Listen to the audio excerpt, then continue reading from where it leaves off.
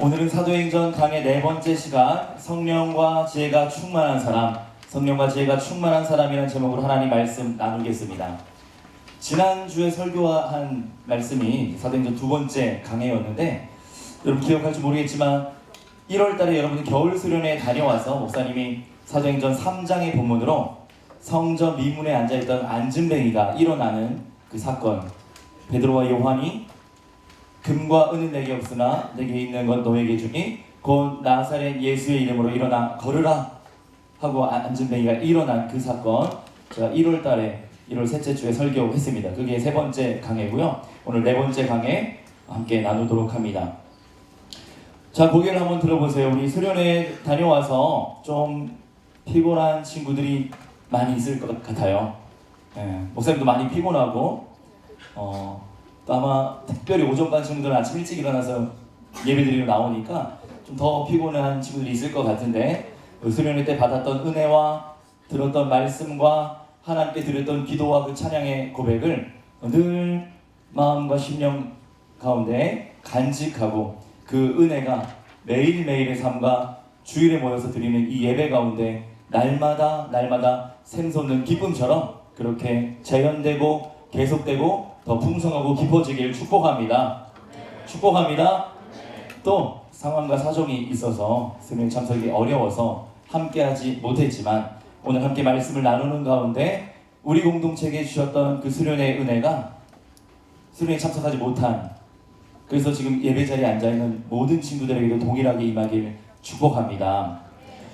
예루살렘 교회가 사도행전 1장부터 서서히 태동하게 되어서 교회가 하나님의 말씀 위에 견고하게 세워지며 점차 부흥하고 성장하게 됩니다. 그 역사를 담고 있는 책이 사도행전이에요. 사도행전 1장부터 한번 짧게 복습을 해볼 텐데요. 사도행전 1장에 보면 부활하신 예수님이 감람산 위에 서십니다. 부활하신 예수님이 제자들과 함께 감람산에 오르셔서 이제 많은 사람들이 바라보는 앞에서 하늘로 올라가시는데, 그때 점차 하늘로 올라갈 때 구름이 더 이상 예수님을 가려서 보이지 않게 하고 예수님 그렇게 하늘로 승천하셨어요. 그때 예수님이 제자들에게 한 마지막 대위임 명령, 지상 명령과 그들에게 부탁했던 당부는 이거였습니다. 오직 성령이 너희에게 임하시면 너희가 권능을 받고 예루살렘과 온 유대와 사마리아와 땅끝까지 이르러 내 증인이 되리라. 예수님께 약속하셨고 말씀하셨어요. 또한 너희들은 이 예루살렘을 떠나지 말고 아버지께서 보내주실 그것, 내가 너희가 약속한 성령을 기다리라고 그렇게 제자들에게 당부합니다.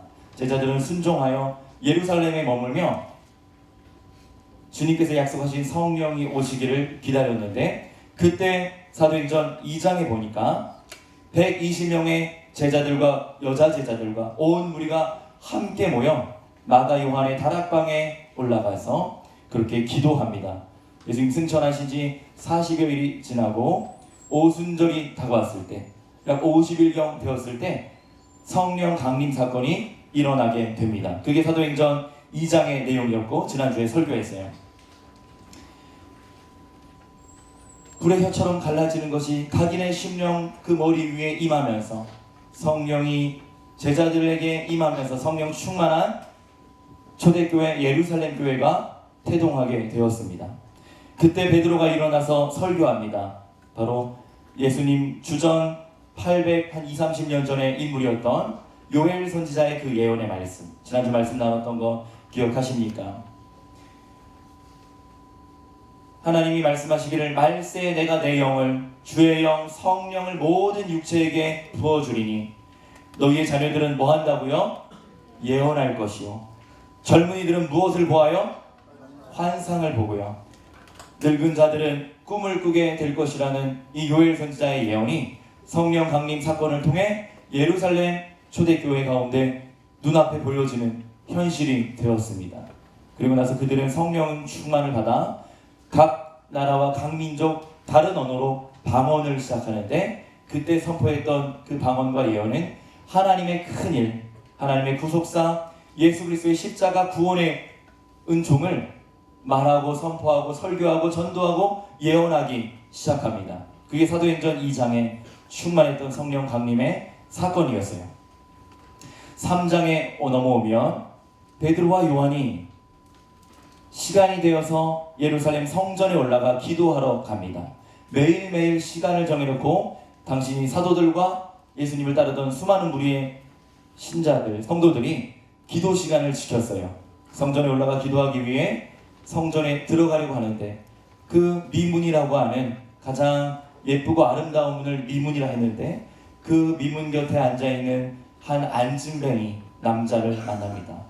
그는 홀로 서지 못해서 구걸을 하면서 하루하루 동전 몇 입을 받아 색해를 몇 개가 떨어지면 그걸 가지고 하루하루를 연명하던 가난하고 안진뱅이며 살아갈 소망이 없는 연약한 비참한 인생이었는데 그때 베드로와 요한이 지나가다가 그 안진뱅이를 보고 나에게는 은과 금이 없지만 우리에게 있는 가장 소중한 이름 생명의 이름을 너에게 주노니 곧 나사렛 예수의 이름으로 일어나 걸으라 하자 안진뱅이가 일어나 걷게 되고 뛰게 되고 하나님을 찬양하게 됩니다. 많은 예루살렘 시민들이 그 사람 늘 매일같이 성전 미문에 앉아있던 사람인 줄 알았기 때문에 그 사람이 일어나고 걷고 뛰고 즐거워하며 찬양하는 모습을 보고 다 많은 사람들이 이 놀라운 역사를 보게 되었어요.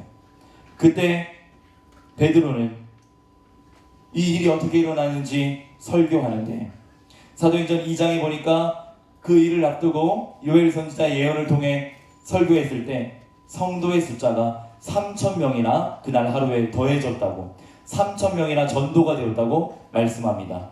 이 일 후에 4장에 가면 베드로와 요한이 공회에 잡혀서 갇히게 되는데 그때 왜 갇혔냐면 많은 무리의 사람들이 베드로와 요한의 전도와 설교를 듣고 유대인들이 예수님을 믿겠다고 따르게 되어서 교회가 점차 성장하고 부흥하면서 예루살렘이 이제 큰 혼란스러운 교회의 부흥을 통한 사회의 변혁의 분위기가 느껴졌을 때 많은 사람들이 이를 두려워했어요. 그래서 베드로와 요한이 잡히게 됩니다. 그때 베드로의 한편의 설교를 듣고 남자만 5,000명이나 되는 사람들이 교회에 몰려왔다고 성경은 이야기합니다. 세례받은 남자의 숫자만 5,000명이라고 합니다. 따져봤어요. 처음에 시작할 때 12명의 제자였고 마가 요한의 다락방에 앉아서 오순절날 수련회 중에 있었던 그들은 120명이었고 그 이후에 3,000명의 성도가 불어났고 그 이후에 남자만 5,000명이 세례를 받았는데 수리적으로 계산해보니까 약 8,120명의 예루살렘 교회 성도들이 있었어요. 근데 이 숫자는 대부분 남자 어른만 카운트한 거기 때문에 여기에 여성의 숫자와 어린아이와 노인까지 더해본다면 최소 2만에서 3만 명 혹은 그 이상의 예루살렘 교회의 성도들이 모이게 되었다는 것을 우리가 알 수 있습니다. 어떻게 이런 일이 가능할까요? 짧은 시간 그 며칠 사이에 예수 그리스도의 이름에 생명이 있고 그 이름 가운데 구원의 능력이 있기 때문에 유대인들이 그를 핍박하여 두세 달 전에 십자가에 못 박아 죽였지만 그러나 그가 바로 그리스도라고 너희가 십자가에 못 박아 죽인 그가 바로 우리를 구원하기 오신 메시아라는 그 사도들의 강력한 전도와 복음의 설교 앞에 많은 유대인들이 이스라엘 백성들이 통회하고 자복하고 회개하여서 예수님을 메시아로 그리스도로 나의 구원자로 영접하게 된 겁니다. 이것 바로 초대교회의 태동이었고 교회가 시작되자마자 급속하게 부흥하고 성장하던 놀라운 사건의 연속이 바로 사도행전의 기록입니다. 이렇게 되자 교회에 모인 성도들이 숫자가 많아지면서 교회 안에는 하나님을 향한 강한 열망과 교회 공동체 서로에 대한 지체됨에 대한 사랑이 시작되었어요. 그 교회의 모습을 뭐라고 표현하냐면 무리가 다 성령이 충만해졌다고 표현하고 있습니다. 우리 사도행전 4장 31절과 32절 말씀인데요. 당시 예루살렘 교회가 부흥하면서 가졌던 한 가지 특징과 그 여러 가지 나타난 현상들을 표현하고 있습니다. 우리 함께 읽어봅니다. 시작!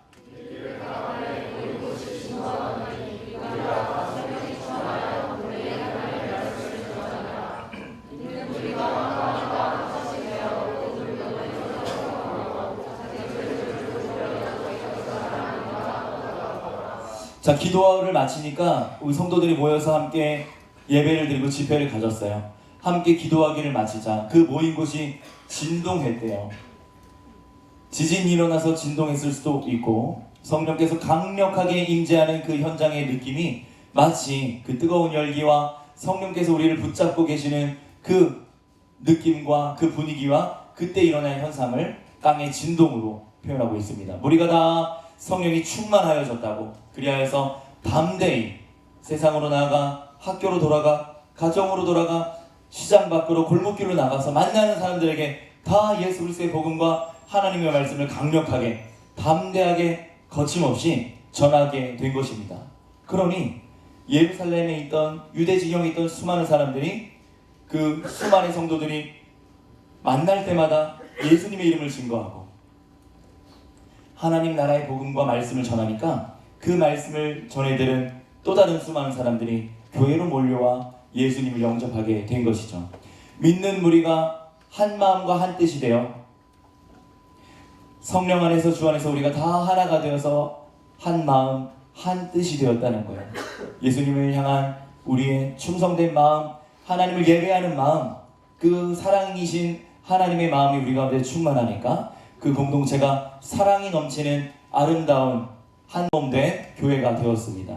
그때 우리는 다 본성상 이기적이고 개인주의적인 성향을 다 갖고 있는데, 남을 나보다 존귀하게 여기면서 친구의 필요를, 이웃의 필요를, 내 옆에 있는 약자의 필요를 내가 어떻게 하면 도울 수 있을까? 내가 어떻게 하면 더 섬기고 사랑할 수 있을까? 이런 마음을 가지고 믿는 무리가 한 마음과 한 뜻이 되어 모든 물건을 서로 통용합니다. 친구가 뭐가 필요하면 내 거 주는 거야. 야, 이거 써. 친구가 당장에 필요가 있을 때 내 사비를 털어서 내 용돈으로 대신 사다 주면서도 마치 내 것을 사는 것처럼 너 가져. 그리고 이 일을 더 효과적으로 하기 위해서 교회에 하나님께 드린 헌금으로, 헌신된 물건과 물품과 자원으로 한 교회 안에서 함께 섬기게 된 것입니다. 물건을 서로 통용하고 자기 재물과 재산, 자기의 돈과 물질을 조금이라도 내 거야, 자기 것이라 주장하는 이가 하나도 없었다고 이야기합니다. 가족이 아니에요. 친척이 아니에요. 소수의 사람이 아니에요. 수많은 무리가 이렇게 예루살렘 교회의 한 지붕 아래 모이게 되었음을 이야기하고 있습니다. 그때 사도 바울의 동역자가 되는 요셉이라고 하는 바나바라는 사람이 자신의 땅을 팔아서 재산을, 그 물질을 교회 앞에 드리면서 가난한 자, 약자, 사회적으로 취약한 계층들을 위하여 섬기자고, 교회를 위하여 쓰자고 그렇게 헌물하여 드립니다. 5장에 보면 아나니아와 삽비라라고 하는 한 부부가 나오는데, 그들 역시 자신의 소유를 팔아서 하나님께 헌금하는데, 다 드리겠다고 약속했던 그 돈을, 하나님께 구별된 물질을 드리지 않고 거짓말했다가 그들은 하나님께서 치셔서 즉시 그 현장에서 죽고 청년들이 메어 나가 장사 지내는 장면이 나옵니다. 하나님은 이런 분이세요. 거짓말을 싫어하시고 우리들의 잘못과 연약함, 그 중에 하나님을 속이고 성령을 기만하는 죄악을 반드시 징계하시는 분이세요. 그렇다면 우리가 다 이미 징계를 받아 죽었어야 됐을 텐데, 저도 여러분도 이미 죽은 생명이어야 될 텐데, 아직 살아있는 것은 자비롭고 은혜롭고 노하기를 더디하시는 하나님의 그 인자하심과 그 사랑이 우리를 아직 끝까지 기다리시고 우리를 붙잡고 계시기 때문에 우리가 살아 예배하고 있는 것입니다. 아나니아와 삽비라의 거짓말 사건과 그 징계를 보면서 우리는 존귀하신 하나님 그 존전에서 거룩한 성도로, 하나님의 백성으로 살아가기 위해 우리 자신을 늘 돌아봐야 하는 것이죠. 성령 충만한 사람은 이런 사람입니다.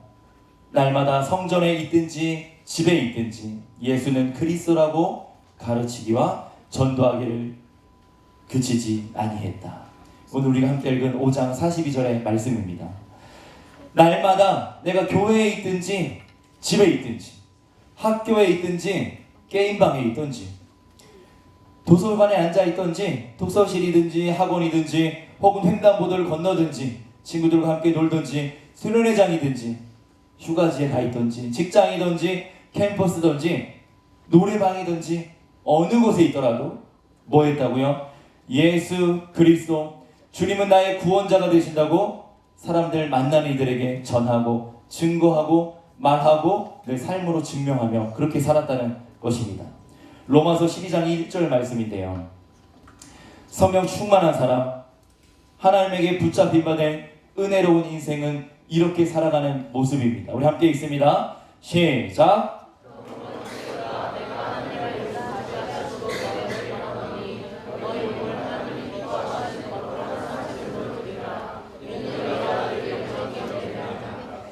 그러므로 이거는 이제 앞에 나왔던 이야기들을 정리하면서 사도 바울이 로마서의 여러 가지 주제들을 정리하여서 이렇게 살아야 된다 정리하고 있는 건데요. 그러므로 예수님께서 우리를 위하여 죽으셨고 하나님께서 독생자를 우리에게 다 내어주시면서까지 우리를 끝까지 사랑하셨는데 그 구원의 은총을 입은 우리들은 이제 어떤 자가 되었는가? 그러므로 이렇게 살자.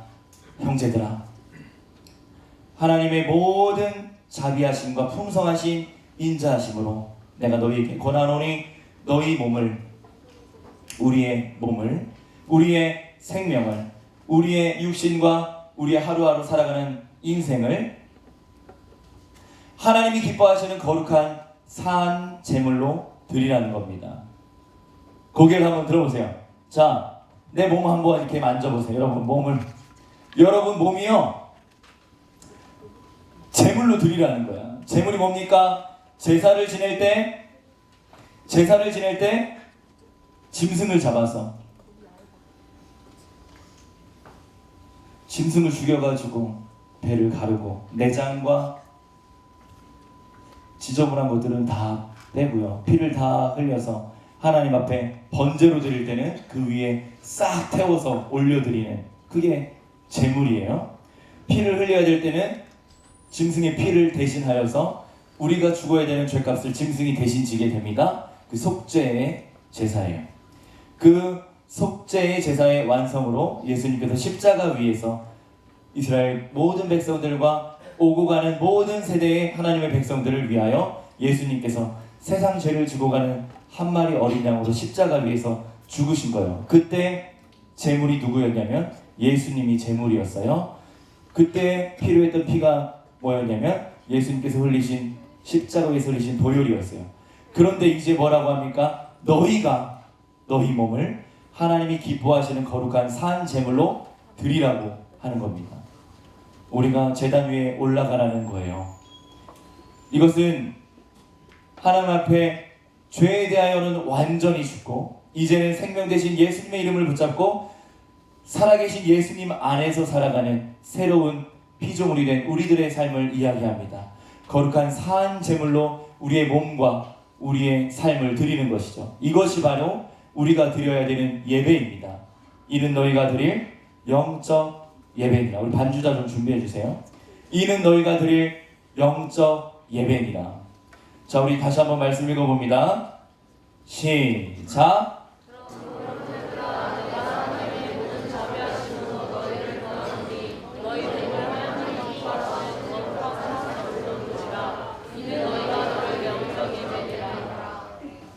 다시 읽겠습니다. 시작.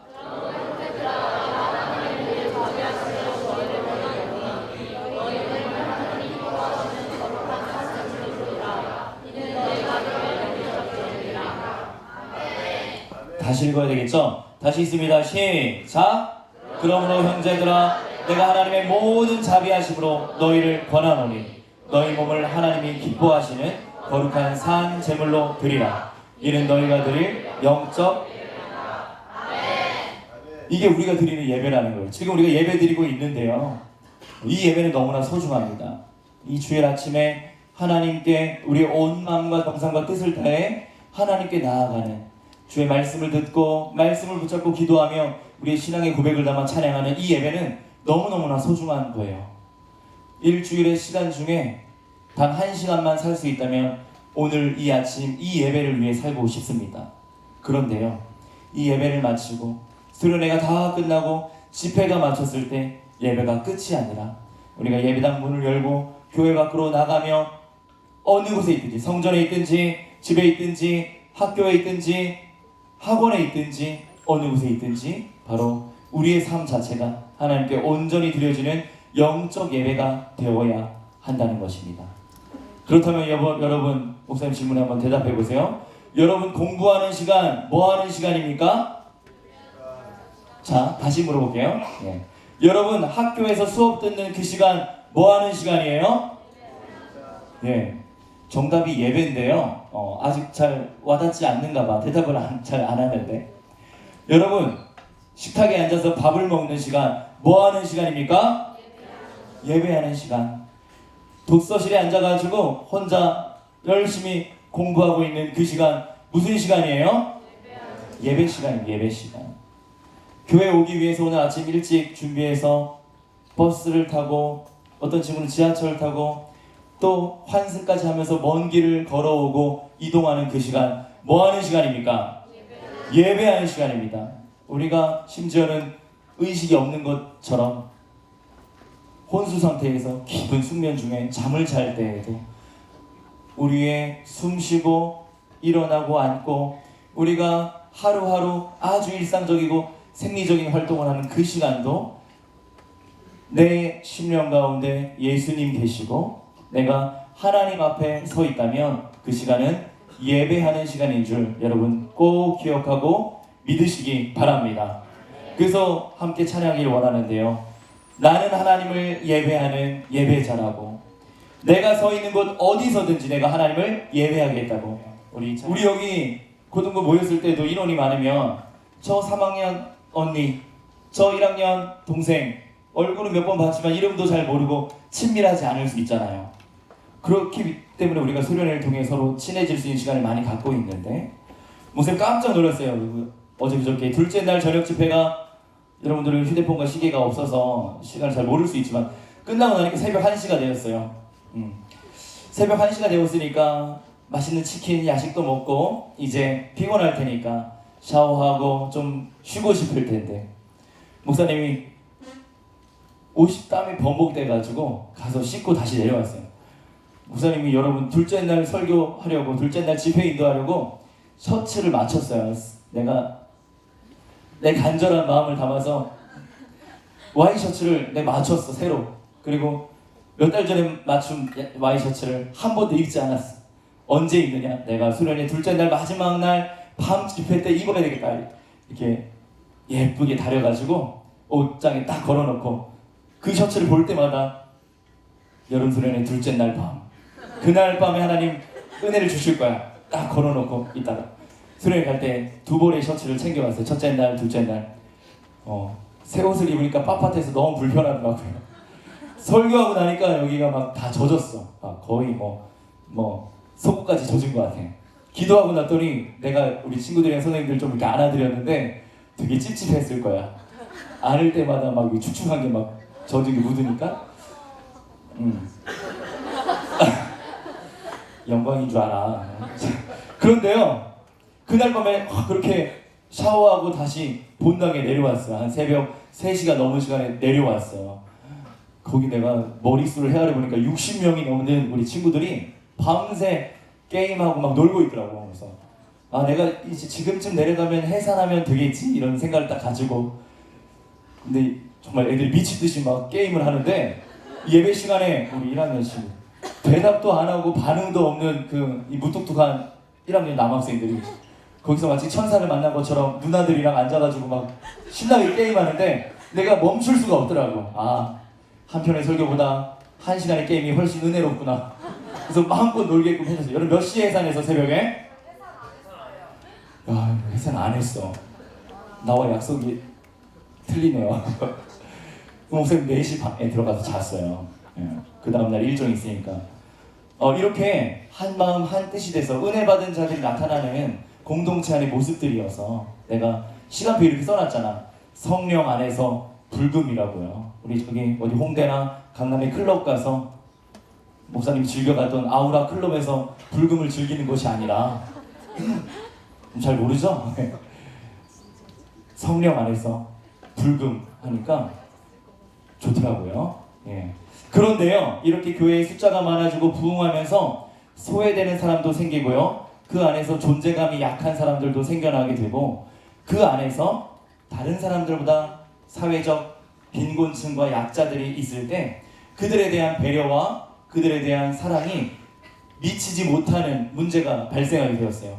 아니, 이렇게 소수로 있을 때는 괜찮은데요, 지금 목사님 이렇게 둘러보면 여러분이 고개만 들어준다면 다 눈을 마주칠 수 있을 정도로 이렇게 모여 있는데, 이 숫자가 아니라 여기서 수만 명이 있다 그러면 가능하겠습니까? 그때 일어난 일이 사도행전 6장 1절에 나옵니다. 이제 설교를 시작하는 거야. 자, 1절과 2절 한번 읽어봅니다. 시작.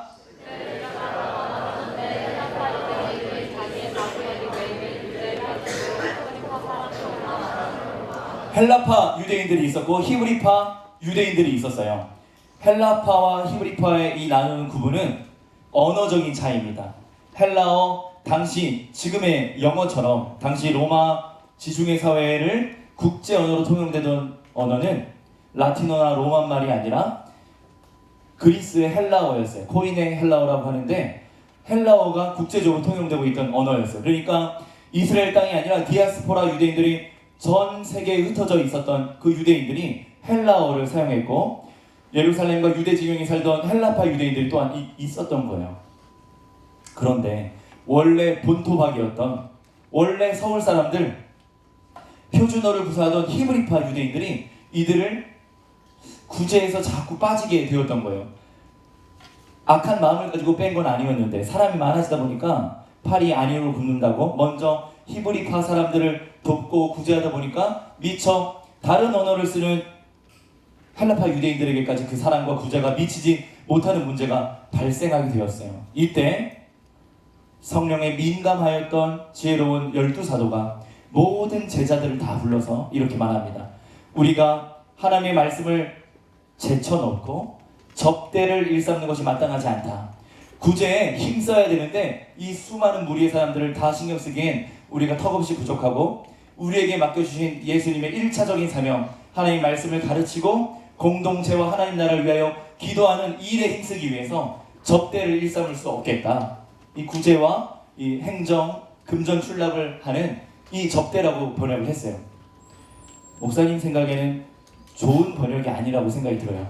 이건 뭐냐면 테이블 위에서 섬기는 일들을 접대라고 번역했는데, 테이블 위에서, 구제를 위해서 행정적인事務를 처리하는 것들, 금전을 출납하는 것들, 그리고 교회의 행정적인 모든 일들, 크고 작은 일들과 성도들을 돌보는 일들을 접대라고 한 단어에 번역해 놓았어요.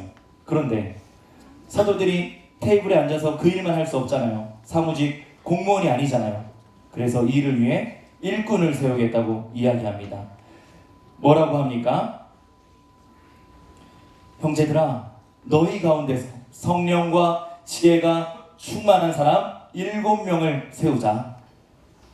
그 사람들을 택해서 이 테이블 위에서 교회의 크고 작은 일과 봉사하고 구제하고 행정적인 일을 돌보는 일꾼을 세우자. 그들에게 맡기고 우리 사도들은 예수님께서 주신 1차적 사명, 말씀을 가르치고 전하는 것과 기도하기에 힘쓰겠다. 그렇게 이야기해요.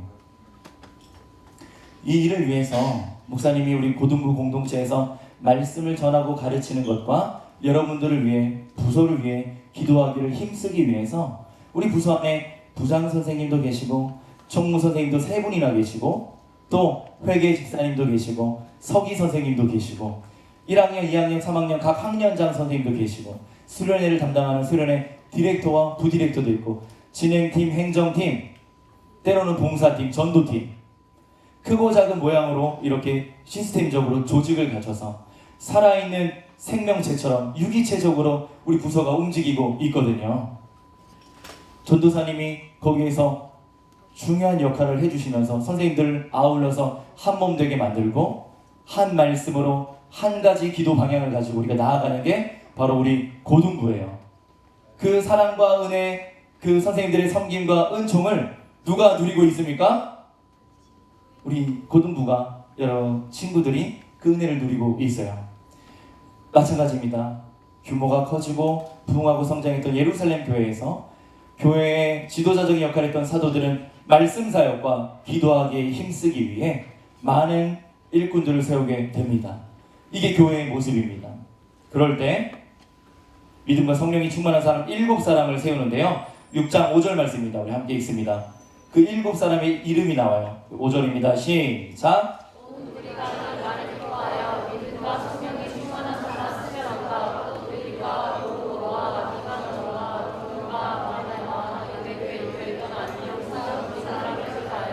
사도들 앞에 세워서 그들에게 기도하고 안수해서 일꾼으로 세웁니다. 그런데 저기 우리에겐 익숙지 않아서 차이를 잘 모르지만 히브리파 유대인들이 주류였고 헬라파 유대인들이 비주류였어요. 소수였단 말이죠. 그러나 주 안에서는 그런 건 없는데 실제로 12사도는 다 히브리파 유대인들이었다면 이 7사람들을 세울 때 이 균형을 맞춰서 히브리파 사람도 세우고 헬라파 사람도 세우고 이래야 되는데 오늘 보니까 5절에 헬라어 원문으로 보니까 스테파노스, 필리포, 프로코로, 나가노, 디몬스, 바메나 그리고 니골라까지 다 헬라 이름을 가진 헬라파 유대인들이었다는 거예요.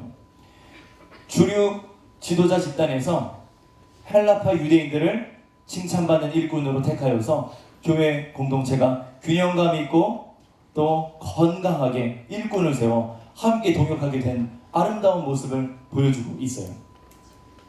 7절 말씀 마지막입니다. 6장 7절 우리 함께 읽어봅니다.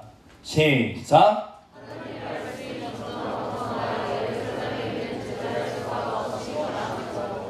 허다한 제사장의 무리도 이 도에 복종하게 됩니다. 이렇게 일꾼을 세워서 제자들이 구제하고 봉사하고 섬김의 일에 그 역할을 나누어 교회 공동체가 건강하게 그 일을 감당할 수 있도록 했어요. 여러분 우리가 수련회 기간 중에 동남아시아 라오스라고 하는 아주 가난하고 못 사는 나라에 큰 일이 났어요. 무슨 일이죠? 뉴스 봤어요? 라오스에 댐이 붕괴돼가지고 비가 와서 자연재해로 나는 홍수가 아니라 댐에 갇혀있던 수십만 톤의 물이 다 쏟아져 내려서 사람들이 이재민이 되었어요. 거기다 비까지 오고요. 사진을 준비했는데요. 라오스 댐 붕괴된 사고 현장이에요. 세피안 세남노이 수력 발전댐 이제 공사 중인 붕괴로 인해서 수십여 명의 사람들이 이미 사망했거나 수백여 명의 사람들이 실종됐어요. 지붕 위에 저렇게 올라가 있는 거예요. 구조를 기다리고 있는 거죠. 다음 사진 보면 완전히 저렇게 어린 소녀가 물 위에 그냥 둥둥 떠서 구조조끼를 기다리고요. 집도요 가재물도 다 떠내려갔어요. 마지막 사진. 자, 마치 쓰나미가 난 것처럼 다 휩쓸고 흙탕물이. 여러분 홍수 중에 가장 구하기 힘든 게 뭔지 알아요? 내 주변에 다 물밖에 없는데 마실 물이 없는 거죠. 그래서 우리가 여름 수련회 한참이던 그 첫날에 우리 교회에서 서울광역교회가 한국교회 이름으로 한국기독교회나 봉사단 이름으로 라오스에 우리 동역자들을 파송해서 교회 목사님과 집사님, 스태프들이 지금 라오스 현장에 가 계세요. 거기에서 필요한 생필품들을 돗자리, 밥을 해먹을 수 있는 밥솥과 불 피울 수 있는 도구들과 쌀, 그리고 물과 식량들, 당장에 입어야 될 옷과 생필품들을 여러분들이 내는 헌금과 여러분 부모님들이 드린 그 귀한 헌금으로 그 물질로 섬기고 있어요. 벌써 며칠 지났는데 오늘 새벽에도 제가 리포트를 보았는데 그 일들을 하고 있다고. 다 맨발로 이 진흙바닥에 서가지고 쌀이랑 생필품 받기 위해서 이렇게 쭉 줄 서 있는 사진을 보았는데 거기에 이제 우리 교회 한국 기독교연합 봉사단 우리 스태프들이 쌀과 식량을 나누고 생필품 나누는 아름다운 그 생명의 나눔의 현장을 보았습니다. 여러분 우리 교회 홈페이지 가면 볼 수 있어요.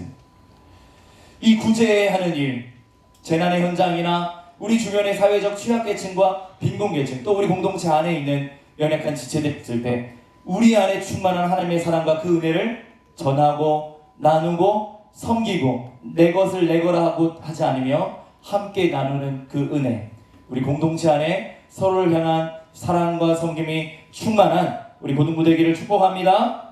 축복합니다. 이럴 때 교회는 부흥하게 됩니다. 7절 마지막으로 읽었듯이 하나님의 말씀이 점점 왕성하여졌다고, 말씀으로 충만하여지고 날이 갈수록 말씀이 주는 은혜가 왕성하여졌다고, 그럴 때 교회가 부흥하게 되는 것이죠. 제자의 수는 더 심히 많아졌고, 유대교에 투철했던 종교인인 레위 제사장의 무리들도 예수님을 영접하고 그리스도인으로 변화되는 아름다운 모습이 사도행전 6장의 기록입니다.